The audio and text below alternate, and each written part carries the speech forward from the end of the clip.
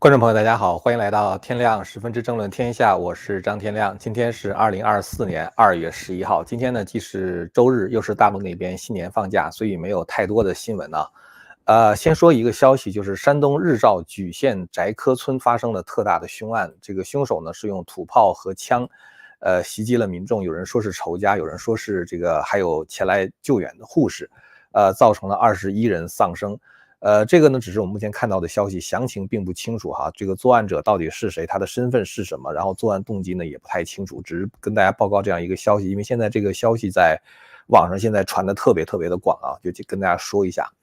那今天呢，咱们会简短的说3个新闻，之后呢会进入直播互动的环节，大家有什么高见或者问题呢，都可以贴在留言区。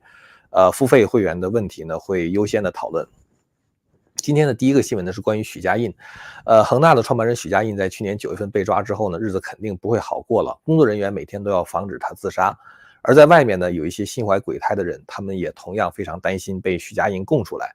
那日前呢，就有人爆料说许家印呢被逼要交代3个秘密，但是许家印呢总是一言不发。那到底是哪3个秘密？咱们一会儿来看一看哈。那么接下来我们想就是这个事儿说一下大陆现在房价的暴跌，到底跌到什么程度才是底？这个可能也是很多人非常感兴趣的一件事儿哈，就是说我到底什么时候入市才能够算是抄到了底啊，或者说才是一个比较公平的价格。那第二个新闻呢，我们想说就是关于拜登，目前司法部特别调查委员会对于拜登的调查细节流传了出来，其中提到拜登对人生当中几个重要里程碑的时间点都已经记不清了，包括他本人什么时候当的副总统。包括他的长子死去的那个年份，拜登有2个儿子哈，他的长子还是比较成才的，这个次子就是这个 Hunter Biden 是一个非常不成器的儿子。那他的长子呢，就是因为好像是脑癌，我记得就是已经过世了。那这个拜登呢，甚至记不清楚他的长子是哪一年过世的。其实人呢，在这个遇到情感重大冲击的时候，通常都是人的对一件事情记忆最深刻的时候。拜登如果连这些事情重要的事情啊，人生中重要的里程碑事件都不记得的话，说明他的记忆已经衰退的非常的厉害了。那根据美国 ABC 广播公司这个就是和这个伊索普民调显示呢，现在有86%的美国的受访的这个成年人哈，他们认为拜登总统的年龄太大，已经不应该再连任了。所以你可以想象一下，有86%的人都认为拜登不应该连任。那当然，拜登他的这个连任的机会呢，就这次选举他赢得选举的机会呢，当然就小很多。那现在川普竞选势头非常的凶猛，我感觉民主党现在已经陷入恐慌啊，所以呢有意泄露拜登的身体状况，可能是想逼退拜登啊，换一个新的候选人。由此呢，我们顺便再说一下川普关于北约的一段争议性的讲话。那这个讲话呢，可以跟俄乌战争连起来说。我认为这个乌克兰的总统泽伦斯基现在已经下定了决心，2024年要做好这个俄乌战争的收尾工作。目前围绕援乌的法案呢，参众两院仍然在僵持。我们一会儿呢回来看一下这个细节哈。那么在今天正式讨论这些话题之前呢，就请干净世界上的观众点赞关注，油管上的观众呢，请您点赞、订阅和按下小铃铛。在说第一个话题之前，也跟大家说个事儿哈，就是我建立了一个非盈利机构呢，叫天亮联盟。天亮联盟呢，现在就是在为这个飞天大学的特别奖学金啊，在做一个筹款的活动。现在呢，就是我们使用的这个 Donor Box 啊，就是捐款的这个相当于一个中介公司呢，他们现在提供了加密币捐款和股票捐款的选项。所以大家点击视频下方的第一个链接，如果到达这个天亮联盟这个捐款主页的话呢，您可以选择这个 crypto or stock， 就是指的就是使用加密币或者是股票捐款。这样的话就是让这个捐款渠道呢变得更加拓宽一些。当然原来的这种支票捐款、电汇捐款或者加密币形式的捐款、PayPal 捐款的仍然保持啊，包括信用卡捐款都还可以。包括 ACH 啊或者是 Wise 等等都是可以的哈。我们这里面收到的捐款每一分钱都会用于这个我们做项目啊，或者是做这种文化的产品，没有1分钱会用在我们个人的生活或者是开销上。其实我个人每年都会往这个我自己成立的这个非营利机构中捐几万块钱呢，取决于我在油管或者其他别的会员网的这个收入的情况。希望能够在恢复传统文化和道德方面为这个社会尽一份力啊。如果您觉得您也想加入这个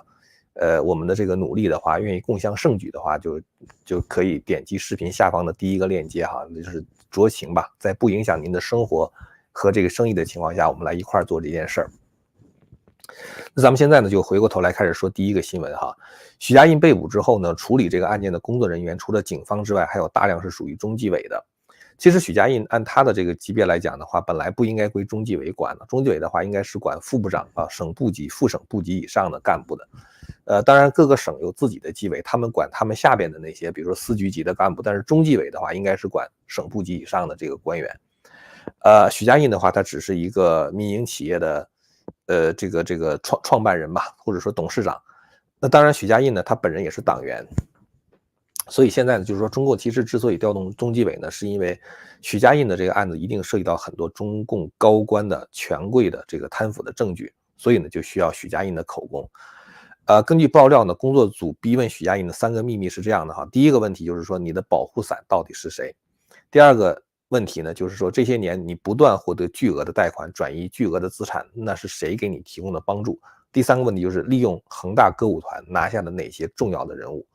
其实我们要知道，像许家印，你虽然觉得他好像是说原来什么资产千亿啊，什么中国首富啊，什么之类的，就类似于这样，包括王健林这批人哈，包括像马云这批人，还有一些这个私募基金的大佬啊，像包凡的这种人，所有在中国的商界、金融界混得风生水起的人，其实都不是重要人物，其实他们都是前台人物，他们都是白手套，他们背后都是有不同权贵家族的利益的，否则的话，凭什么让你发财呀，对吧？他可以把这个利益，权贵家族嘛，中国是一个这个共产党把握着一切社会资源的，他为什么给你呢？他给谁都行，为什么给你呢？对吧？你为什么运气就那么好？所以其实你一定要帮他们干很多的脏活了，你就是他的白手套。那现在许家印被抛出呢，也就意味着说，这些他背后的权贵也在跟他切割，让他去当替罪羊。许家印现在可能都搞不清楚到底是谁出卖了他，他供出谁是可以减轻一点处罚，供出谁又会让他莫名其妙的丧命，因为这个中间一定涉及到一个政治斗争的问题，就是说你得知道习近平要搞谁，然后的话你才可以出卖谁。如果你稍微出卖错了之后的话，就有可能会让自己就像那个徐明一样，就当年薄熙来的白手套啊，突然之间40岁出头就丧命了。所以呢，对许家印这个案子在审理的这些工作人员哈，他们我觉得就是关心2点。第一点的话是从许家印的口中能够挖出多少钱藏在哪里的信息，这样的话他们可以往自己的口袋里边装一点。第二个呢，就是挖出一些权贵的秘密，这样呢可以让他们成为要挟政敌和保护自己的，就是利用它来作为要挟政敌和保护自己的武器。爆料说许家印总是一言不发哈，这一点其实也比较难以置信，因为中纪委也好或者警察也好，总会用各种酷刑逼迫你开口的，只不过可能就是许家印他搞不清楚他到底应该交代谁而已。许家印在身后留下了数量巨大的烂尾楼啊，这些工程呢涉及到数百万个家庭，破产清算也会导致大量的房子涌向市场，就像我们在中国新年之前看到的股灾一样，就大量的卖盘会把股票的价格砸下去，那么大量的房子涌入市场的时候，也会把房价砸下去。我看到网上有很多人在讨论房价跌到哪里才是尽头，有一个估算方法，我觉得还是很到位的哈，是一个著名的投资公司叫做富达，他呢就是说，给出了这样一个，就是我觉得相当有，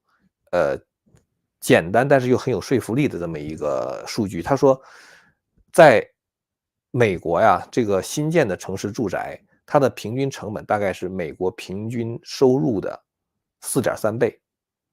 美国这个房屋的价值一般不应该超过家庭年总收入的3到5倍啊。比如说你家一年年薪这个10万啊，那房子的话，你买一个50万的，其实也就是蛮吃力的了已经。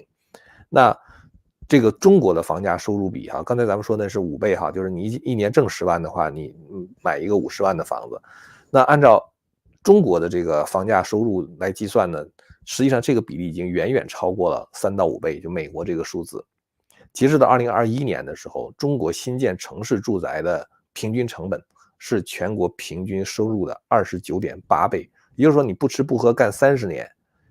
才能够把这个房子的这个价格就才能把它还了。但是你知道你干30年的时候的话，因为你这个买房子的时候你是要借钱的嘛，对吧？那你借钱的时候，你这个钱还有利息，对吧？所以就是说你可能不吃不喝60年，才有可能把这个房子买下来。但是你怎么可能不吃不喝，对吧？又怎么可能还款60年呢？所以如果你要是比较一下这个中国房价收入比和美国的房价收入比，你就要知道中国的房价要跌下去83%才能够达到老百姓能够承受的程度。换句话说，也就是说你现在的房价应该是除以5啊。那这个房价呢，现在中共却一直是死死的顶住啊 ，hold 住，不能够让房价下跌。因为房价下跌到一定程度之后呢，所有的房企都会破产啊。因为这些房企的话，他们是把他们的房子抵押出去，然后呢借来的钱再去滚动去做下一个项目。这个房子比如说是现在市价值1个亿啊，那么我可以把它抵押了之后，比如说借出7000万，你现在让我房价要除以5啊，跌到2000万的话，那我那7000万就还不上了，对吧？我房子卖了之后仍然还不上。所以这个呢才是现在中国面临的一个非常严重的问题，就是不去杠杆是不行的，但是去了杠杆之后的话呢，所有的房企就都会破产。而且作为老百姓来讲，老百姓的财富呢也有70%是在房子上。所以如果房价大幅下跌的话，老百姓的财富等于瞬间归零了啊，就除以5了。这就意味着说几十年都白干了嘛。那么这个呢，虽然是一个非常残酷的现实哈，但是也没有办法，我们只能面对这个现实。解决的方案的话，要么就是房价下跌啊，要么就是通过通胀的方式，通胀几倍的方式啊，去把这个问题解决掉。说完了中国的房地产之后呢，我们来说说美国的大选呢。司法部在去年1月份的时候任命了特别检察官这个赫尔啊，就是他就被称为徐景啊，这个人好像是有这个中国的血统。那这个特别检察官呢，就拜登总统之前没有按照规定就私自携带国家机密文件一事进行独立的调查，最后呢做出了不起诉的决定。特别检察官在报告中多次以 hazy 啊 hazy 的话就是模糊啊 fuzzy 的话也是模糊吧，不清楚。然后呢 faulty 啊就是有错误啊 poor 就记忆力变差，还有严重受限的 significant limitation 啊这些词来描述拜登的记忆。就换句话说，就是拜登的记忆是一团浆糊啊，要不然就是 faulty 有错误，要不然就是 poor 啊就基本上什么都记不住，要不然就是 significant limitations 啊就是基本上他的这个记忆已经严重受限了啊，然后都是模糊不清的啊不准确的。而且说拜登呢，连人生当中几个重要里程碑的时间点都记不清楚，包括什么时候当的副总统和他的长子故去的年份。他的长子应该是2015年去世的哈，连我都记得，他都不记得了。大家知道人在这个就是人生中啊，就是有很多的记忆，这些记忆通常都是和你强烈的情感联系起来的。就像比如说为什么就是这个你要举行一个盛大的婚礼啊，因为这个盛大的婚礼这种仪式感的话呢，会带来很多丰富的情感体验。这种情感体验的话，就会让你把这个事情变成一个非常难忘的事情。很多人可能都记得911那一天你在干什么啊？我就记得当时这个911这个新闻我听到的时候，我当时正在做什么。就是因为当每次发生一些强烈的情感冲击的时候，你那个时候的正在经历的事情就会印在你的头脑当中啊，就成为你人生中一个非常深刻的记忆。所以其实大家可能知道，就是美国人有句话，他说这个一个人他可能不记得你对他说过什么，也不记得你对他做过什么，但是他会清楚的记得你给他带来的感受。比如说我们2个人吵架了啊，他简直都气疯了，吵完架之后这个不欢而散，他可能都不记得当时吵架的时候他说了什么，我说了什么，但是呢，他一定会记得他当时非常生气的时候的那种感受，他也就是从那个地方记住了。比如说我跟他吵架的话，就会记住我，就是类似于这样的东西哈。就是说，拜登呢，像他的儿子故去，那对是一个非常大的情感冲击啊，那是他最喜欢的儿子嘛。然后的话，像他当副总统啊，这样人生中富有仪式感的事情，他如果都记不清的话，就说明他的记忆力已经基本上来说是快要清零了啊，他的心智健康严重的衰退，所以各界就很难相信已经81高龄的拜登还能够再担任总统。所以就是目前的民调显示，86%的美国人都认为拜登的年龄太大啊，不适合再当总统了。其实大家记得，就是前段时间美国参议院有一个去世的司法委员会主席嘛，就是叫达安·法因斯坦。达安·法因斯坦的话，到人生中最后几个月的时候，他几乎也什么都不记得了啊，你根本就没有办法去履行他的职务。其实像 Nancy Pelosi， 我觉得他可能还是属于那个就记忆力啊，或者是思维能力还是比较清楚的。那他其实也不太适合再担任这个 House Speaker 哈，就是众议院议长这样的位置了。反正总而言之的话，就是说，如果拜登连这些东西都不记得的话，那拜登确实不适合再当总统了，因为他啥都不知道，什么都不记得了。但是我觉得哈，今天想说的这个事儿是说，一个非常值得注意的现象，就是这一份调查报告是经过司法部长审阅，Garland 审阅，Garland 就是拜登的死党啊， Garland 就是对这个拜登家族的保护，简直就到了一种我们觉得，完全罔顾舆论，然后就是这个，也完全不遵守这个基本的道德操守的这样的一个地步了，就是这个 Garland。但是他在审阅之后，然后呢，还把这个报告让白宫和民主党内的相关领导层的这个去传阅，传阅完了之后的话呢，就把它公开了。所以就是说，对于拜登这些记忆能力的描述的话，是经过民主党高层，等于是他们都同意了之后才公开。那就出现一个问题，就是这个明明对拜登的选情会造成严重的伤害，甚至就是一场公关灾难吧。那他为什么还要把这样的消息公布出来？我觉得可能就是在利用党内外的舆论压力，逼迫拜登放弃连任，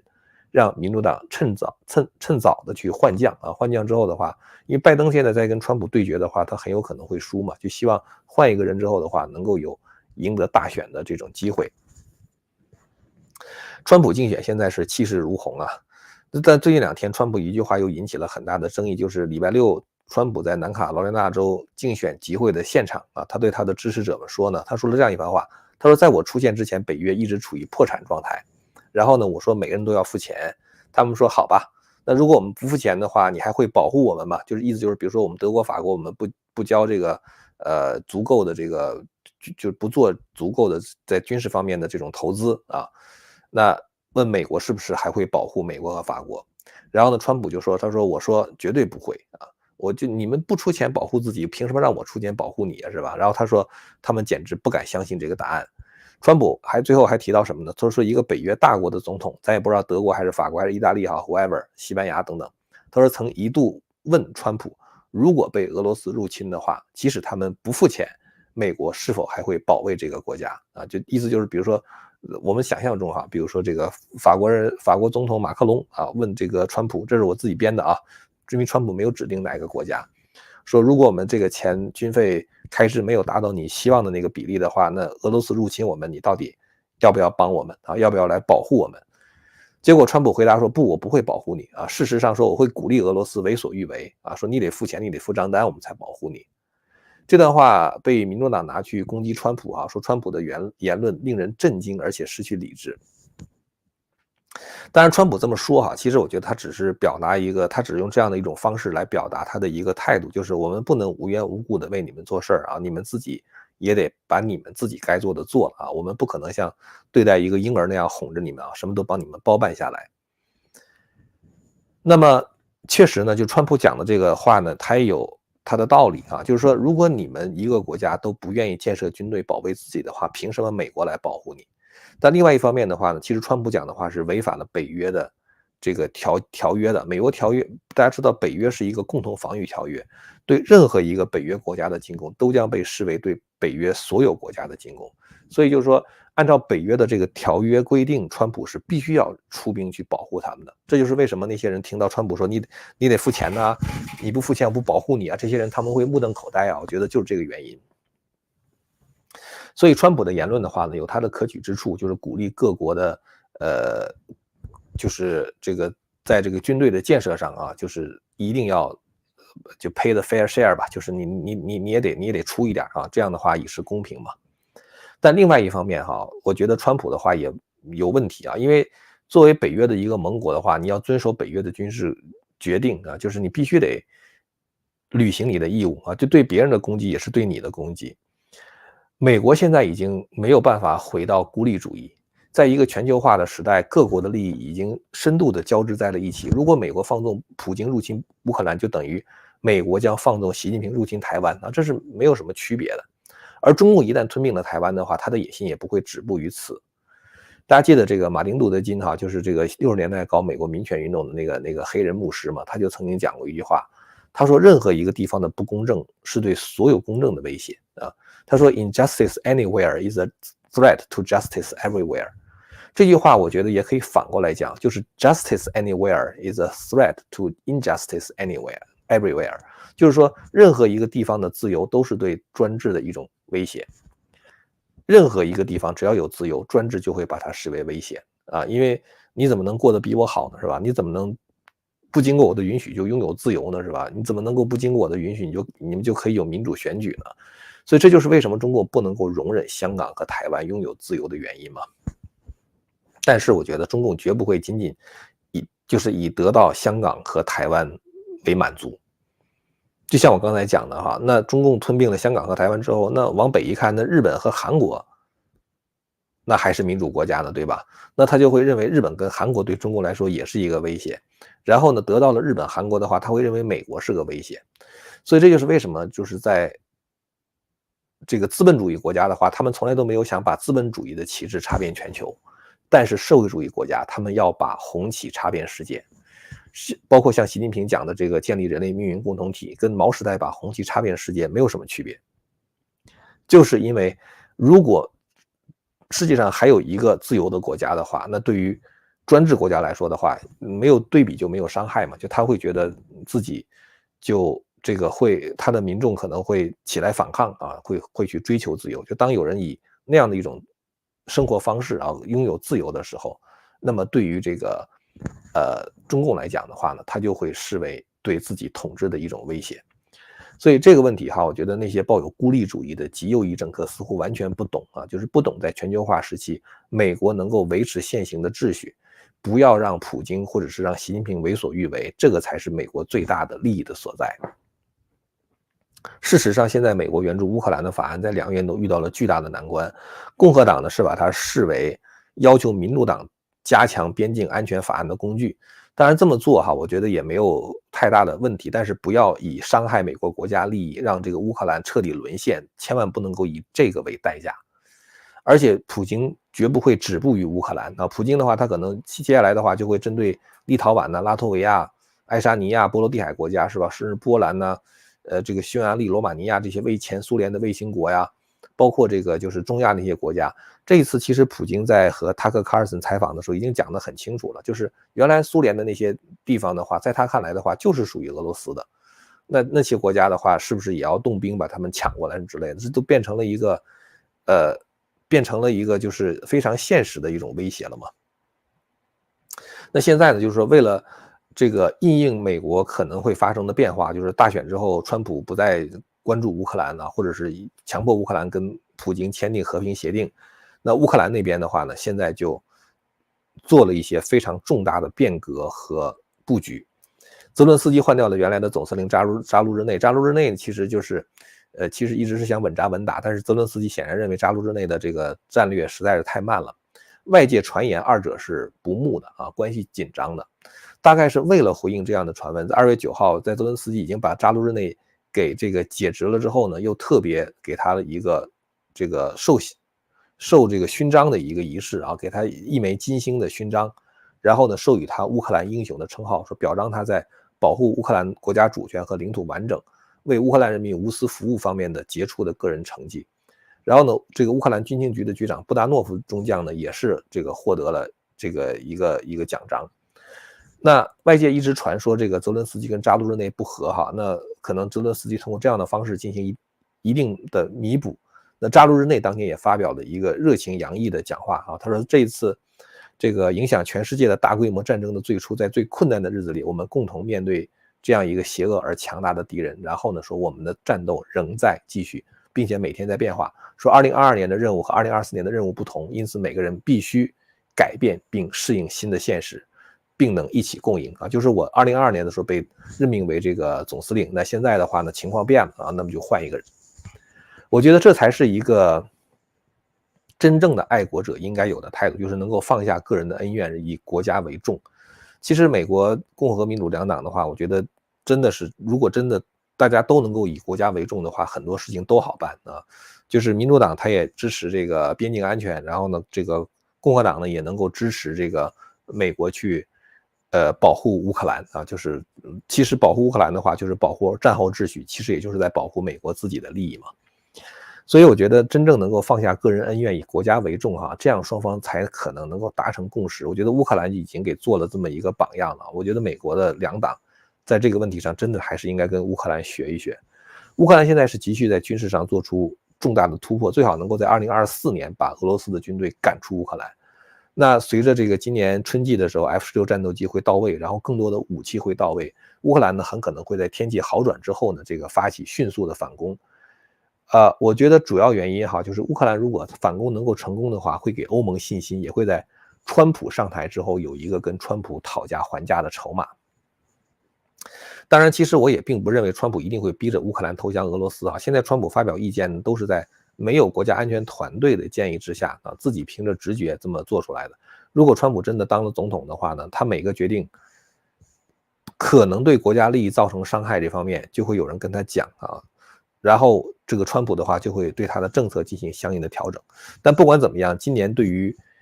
乌克兰来说是非常关键的啊，也是需要让俄罗斯和乌克兰之间这场战争发生战略性逆转的日子。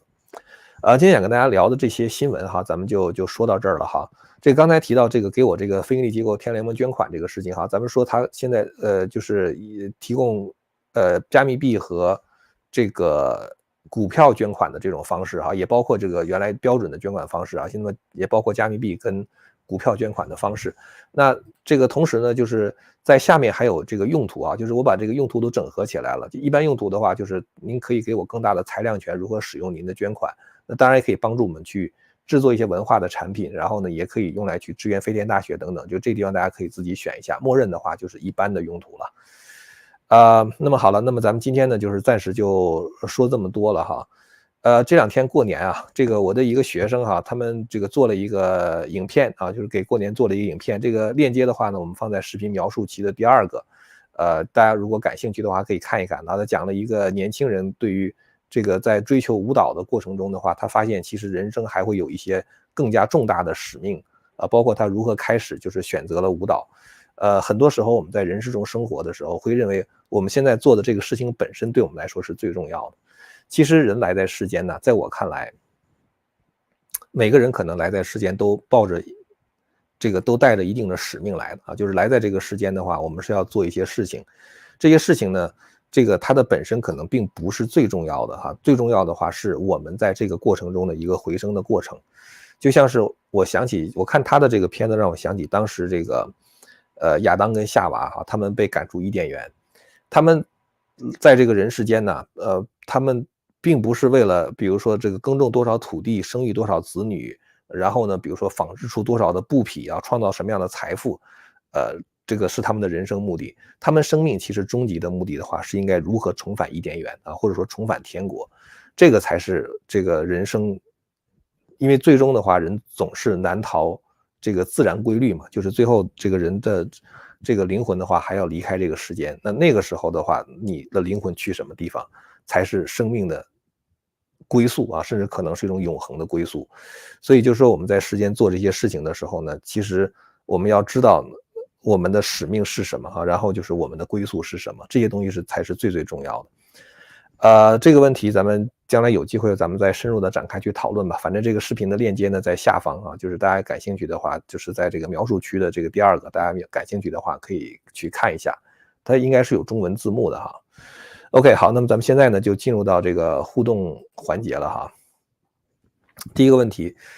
教授你好，你曾经说过中国共产党很会洗脑军队和洗脑人民和武警，所以他们政权稳定。但是教授你知道吗？很多中国武警和城管他们是知道共产党的邪恶的，他们帮共产党是因为他们享受共产党带给他们的特权，而且这种人不在少数。现在科技发达的时代，人们要如何反抗暴政？他们有枪炮，人民只有菜刀。古代反抗暴政应该比现在简单吧？那些武警和城管警察，他们宣传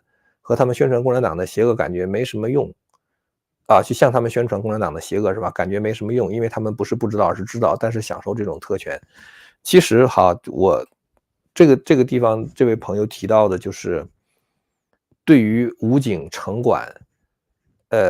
就是应该如何对待他们。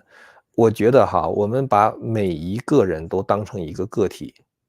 在武警中，在城管中有没有好人？我相信一定会有。那我觉得就是说，实际上每一个人最终的话就是我觉得一个人来在世间，你是孤零零的一个人降生到这个世间的。然后呢，当你回去的时候，也是你一个人需要面对上帝的审判。你跟别人其实是没有关系的，就是在那个时候，在你来的时候和你回去的时候，你在人世间的话，可能会有各种各样的社会关系啊，你会跟很多人之间发生交往啊，然后你会做一些好事或者是做一些坏事。但是最后，无论你做的好事还是坏事，最后的结果是你个人承担的。所以我觉得一个生命来在世间哈，我们很多时候会觉得说这个人他这个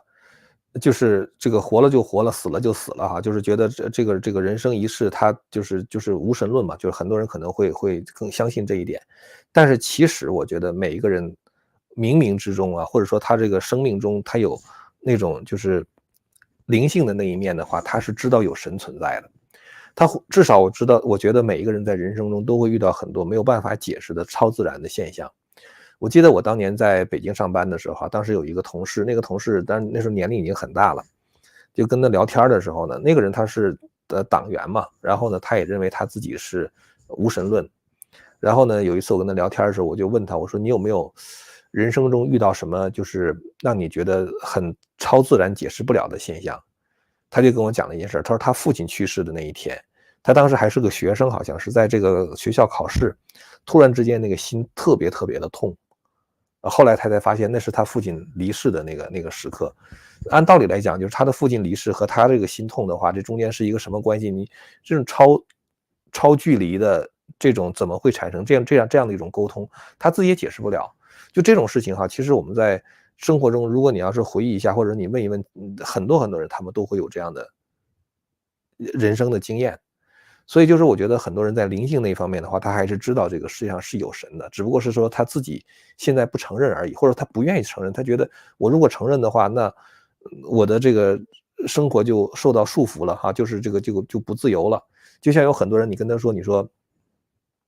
这个人的生命是有定数的啊，人是有命运的，这个神是给你安排好命运的，他就会认为说那个东西如果我要相信的话，那我是不是就应该这个躺平了啊？是不是？或者是说我如何奋斗的话，也无法改变我的人生了？他会从那样的一个角度去考虑。实际上啊，就是说这个人生哈，就是说，你得到了什么，在什么地方做工作，或者比如说你会跟谁结婚，有几个孩子，住在哪里，这个我相信人生大事是绝对有定数的。但是在这个过程中，你能够做好，能够做坏的话，我觉得是你的选择。就像比如说做生意哈，你可以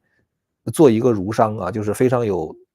道德啊，然后呢就是为别人考虑啊，这个然后呢把生意做得很大啊，比如说像李嘉诚啊，或者是这个有很多就是那个非常有这个就是这个就你觉得很有福相啊，这个生意做得很大的这些人，其实你跟他们在一块接触的话，你会发现很舒服啊，非常舒服。他们情商也很高，然后他们又是非常聪明啊，这个表达能力也很强，因为你要带一个团队的话，你没有一个表达能力，没有这种宣传鼓动能力的话，你是不行的嘛。像这次到台湾去和这个联华电子董事长曹兴诚有接触，哎，你会觉得你跟他在一块儿，你会觉得很舒服，就是他这个老先生不光是这个正直聪明，就是他在和你互动的过程中，你也会感觉到就是那种你在跟一个明白人说话的那种，就是很痛快啊，就是而他也非常的聪明。所以我想说就是你这样做呢，你也能发财。你坑蒙拐骗的话，可能你也能发财。就是你能够做到这个位置，比如说当官当到一个什么样的官啊，或者比如说做生意能够做到多大，这个可能是有定数的。但是你怎么做到的那一步的，很多时候那是你自己选择的。那这个选择的过程中的话，你做的好和做的坏，就决定了你最后在面对神的时候，那一刻，你的最终的这个生命的归宿，这是一个非常关键的问题。所以我觉得就是说，我们如果能够考虑到我们最终是要一个人面对神去承担自己所做的事情的所有后果的时候，那个时候是没有其他别的人在给你指示，在给你帮助，或者在给你提供精神上的支持。最后的话是要你自己去面对这个神的。所以呢，就是如果我们考虑到那样的一个状态的话呢，我就倾向于把每一个人看作是一个一个的个体，就是你的职业，你的这个你的这个身份，包括比如说你的这个受教育程度等等，我们通常来说会把他们当成一个整体啊，比如说这是属于媒体这个圈子的，这属于娱乐这个圈子的，这个是属于这个什么这个搞政治的圈子的啊，这帮人的话他们是投行的，这帮人的话他们是做企业，就是我们通常会倾向于把他们当成就是一个一个的群体去看。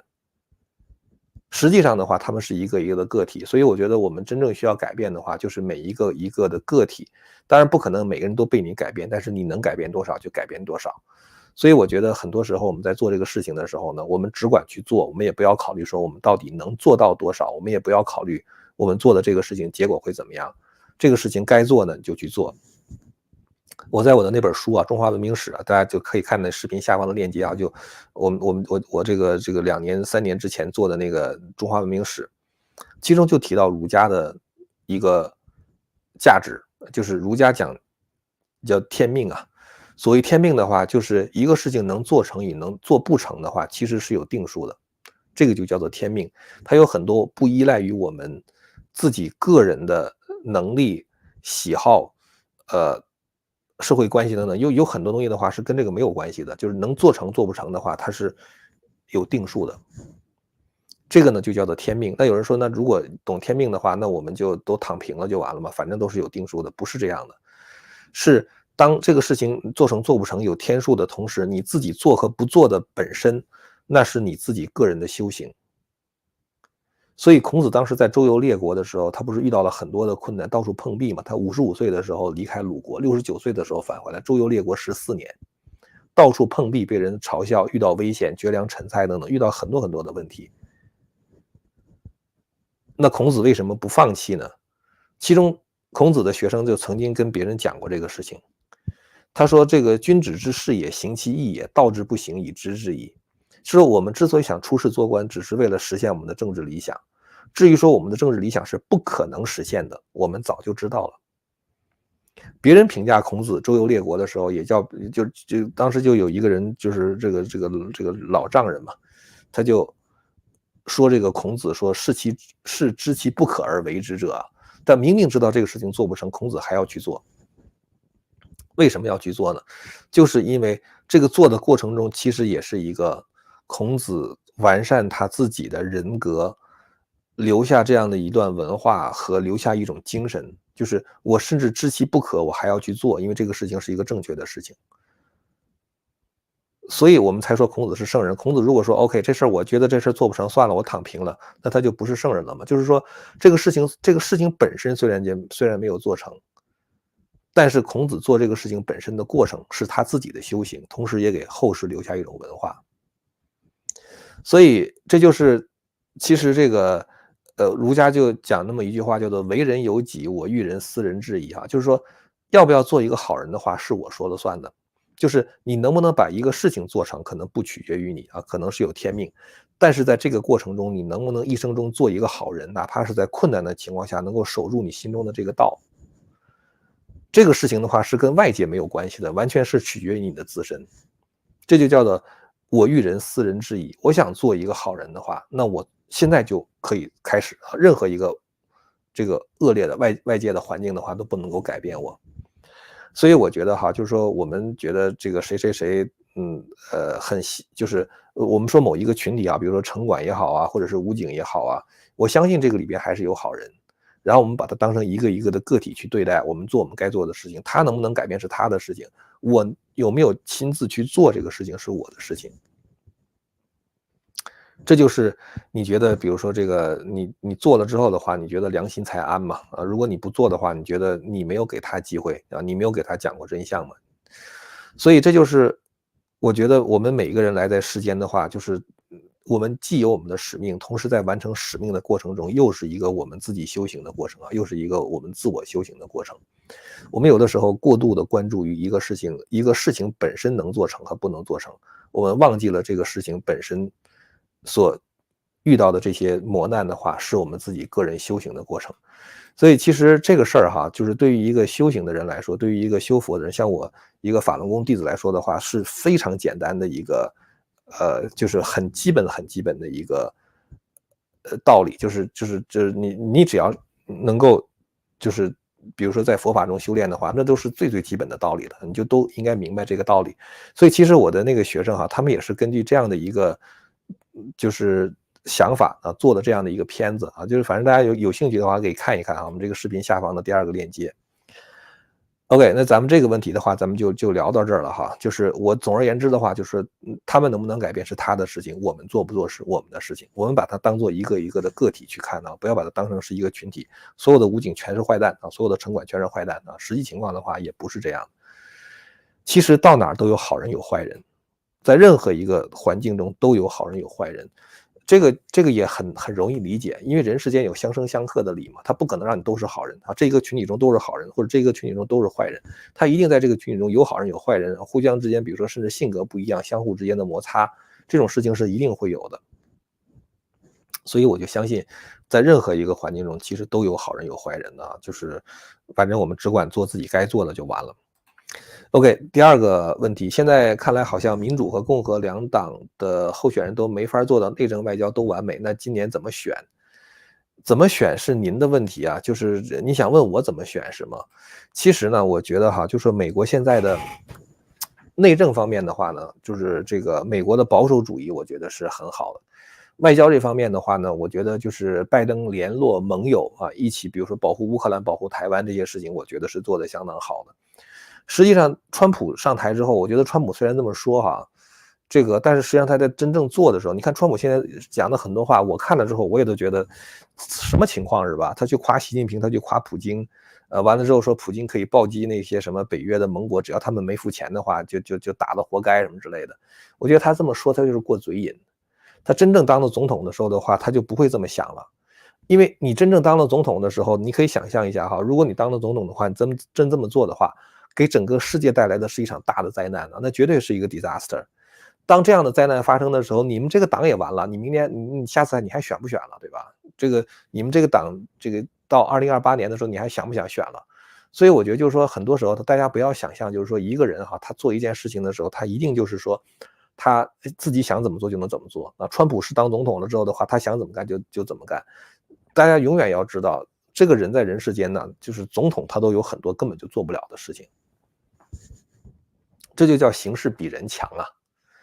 所以我觉得就是说，面对我们现在这样的生活的世界的话，反共是一个最大的公约数。无论怎么样，我觉得中国共产党这个邪教组织的话，都是不能放过的啊。就是这个他现在已经走到头了啊，我觉得就是已经走到尽头了。所以我觉得，呃，不管谁当选，反击中共、保护台湾这个事情，我觉得都会去做的啊，都会去做的啊。反正我是这样认为。我觉得川普说那些话，现在完全是过嘴瘾。等他真正当了总统的时候的话，他就会知道他的这个所在的这个党啊，需要他做什么。然后呢，他一大票兄弟需要他做什么，他也会明白美国的国家利益是根本靠孤立主义，假装看不到这个什么普京对世界秩序的威胁，或者是习近平对世界秩序的威胁，你假装看不到的话是没有用的啊，那是鸵鸟政策，是解决不了问题的。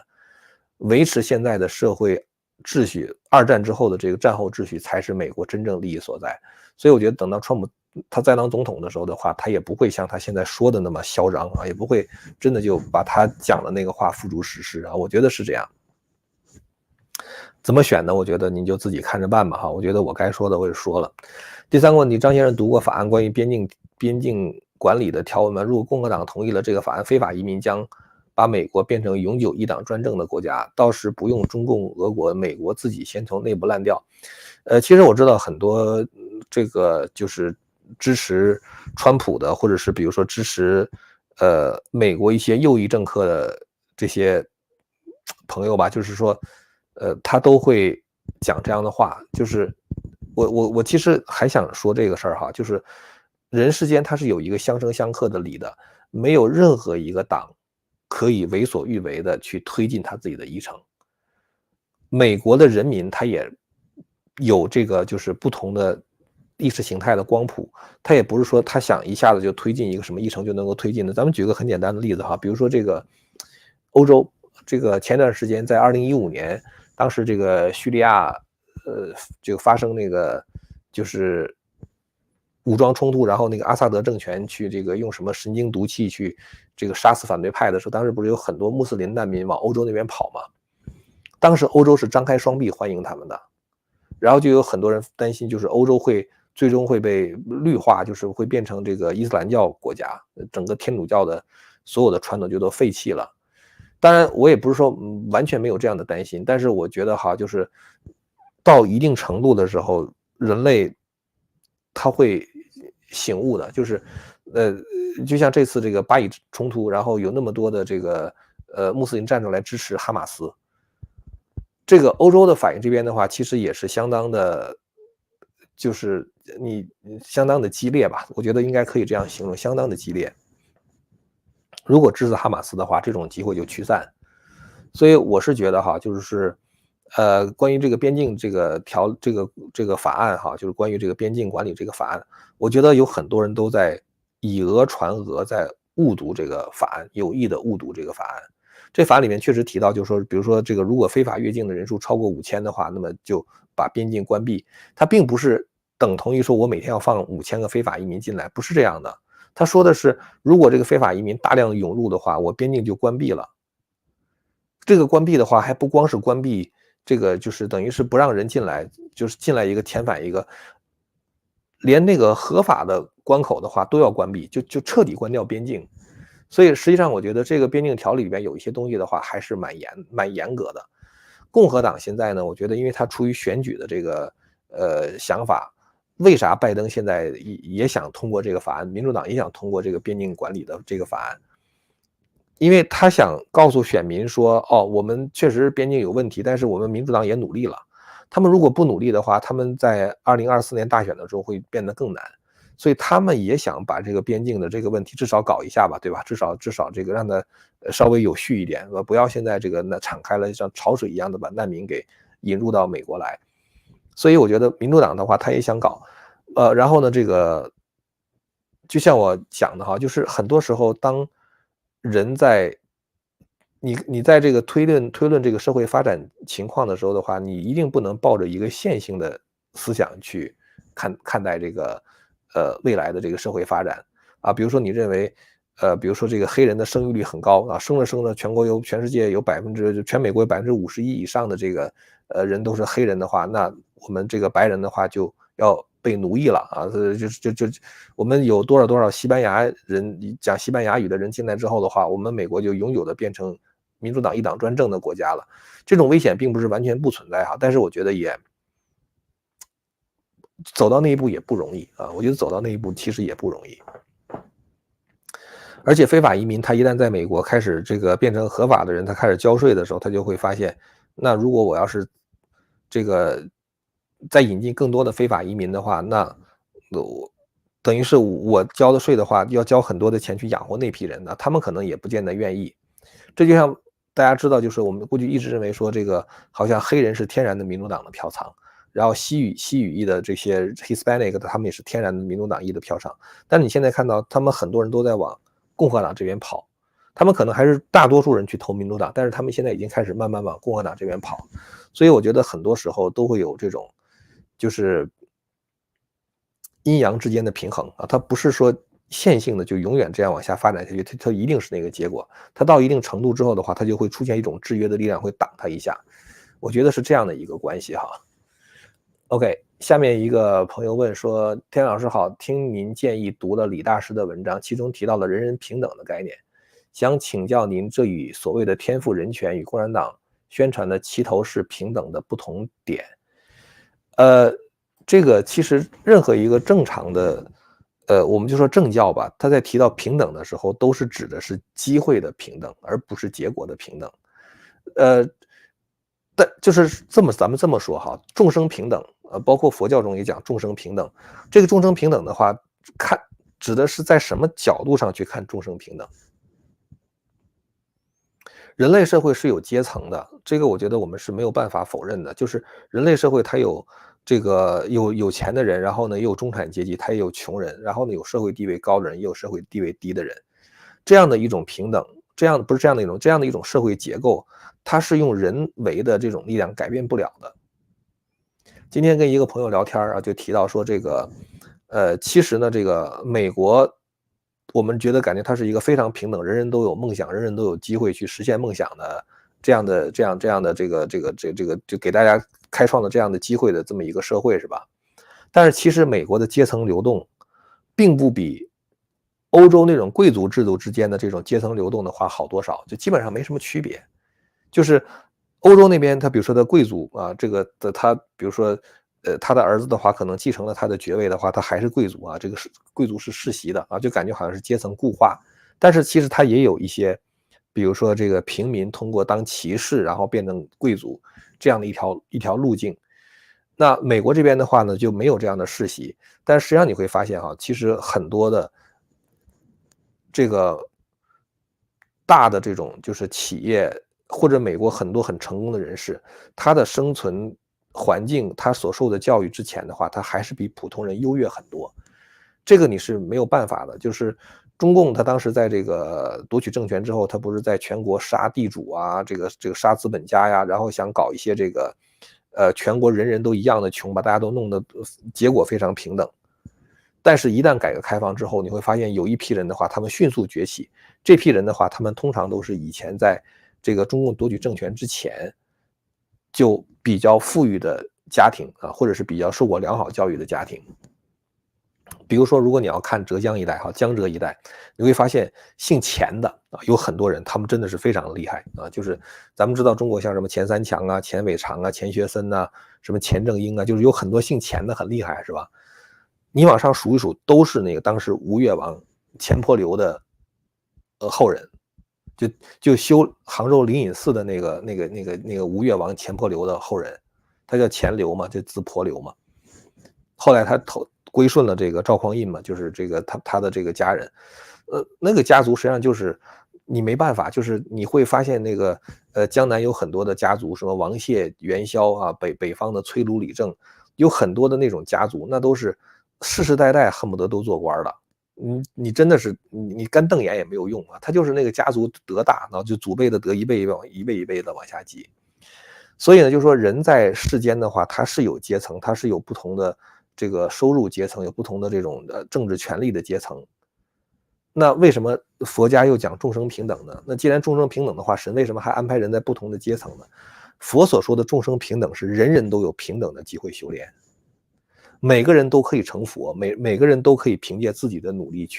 的去修成佛。在这条路上的话，每个人都是平等的。我觉得我是这样理解哈，我只是在讲我自己个人理解啊，我觉得我是这样，个人是这样理解的。所以在佛看来的众生平等，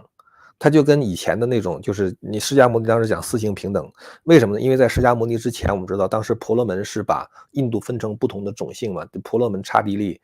吠舍、首陀罗是吧？分成不同的种姓，不同种姓之间是不能通婚啊。然后呢，婆罗门的话，他们才可以修行；刹帝利是贵族，婆罗门是属于宗教团，就是宗教祭司，然后是贵族这个刹帝利啊。然后的话是一般的手工业者、农民啊，这是属于吠舍。然后最底下的是贱民啊，首陀罗。首陀罗连修炼都不可以修炼的。那释迦牟尼当时就讲众生平等啊，四性平等，所有人都可以修炼。然后耶稣也讲，就是原来这个在耶稣之前，只有犹太人是上帝的选民嘛，那耶稣就放开了，对吧？这外邦人的话也可以修炼嘛，就你不是犹太人的话，你也可以在他的这个法门中修炼嘛。在当时耶稣在的那个范围之内啊，就是你不是犹太人的话，你也可以跟着他嘛。然后呢，像这个什么这个孔子讲什么有教无类啊什么之类的，他实际上就是给每一个人均等的机会。在这个角度来看的话，每个人都是平等的，